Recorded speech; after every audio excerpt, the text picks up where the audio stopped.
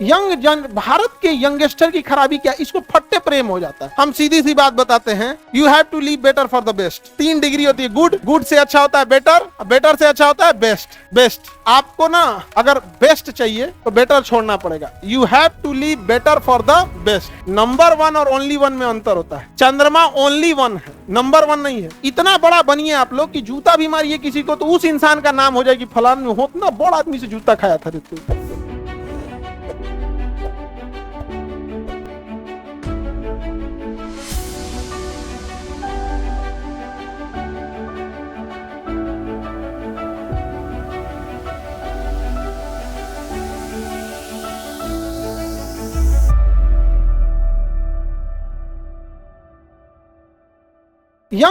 भारत के यंगस्टर की खराबी क्या, इसको फट्टे प्रेम हो जाता है।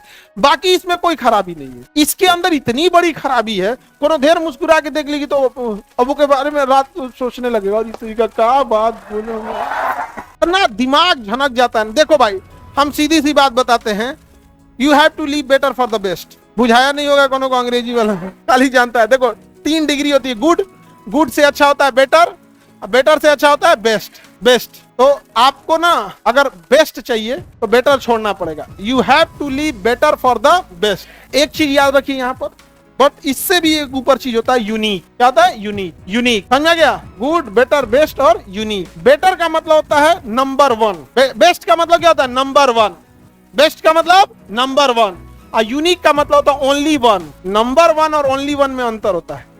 चंद्रमा ओनली 1 है, नंबर 1 नहीं है। बृहस्पति ग्रह नंबर 1 है, बृहस्पति ग्रह नंबर 1, लेकिन सूर्य ओनली 1 है। तो कोशिश करिए पहले बेटर से बेस्ट बनिए, और जब बेस्ट बन जाए तो ओनली 1 बनिए, यूनिक बनिए।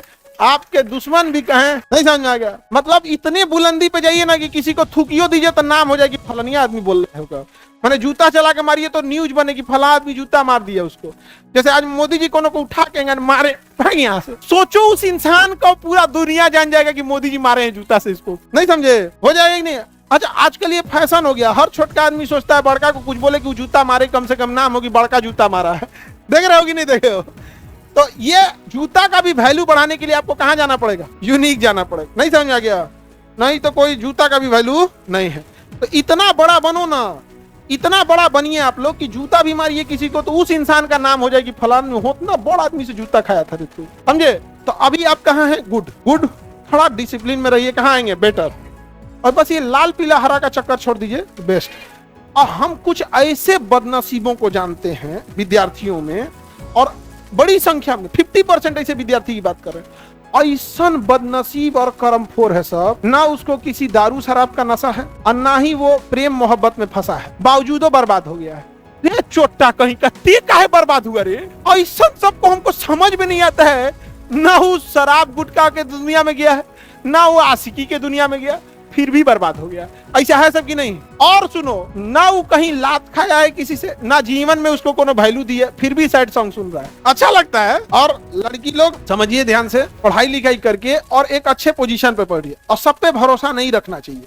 याद रखिएगा, कोई आपको समझाता है तो अपना समझ के ही समझाता है, वरना आज देखिए कि दुनिया महिलाओं को किस अलग लेवल तक उसके साथ कितनी बदसलूकी हो रही है। अगर कोई आपको समझा रहा है तो उसे आपसे लगाव है, आपकी चिंता है तो ही बोल रहा है।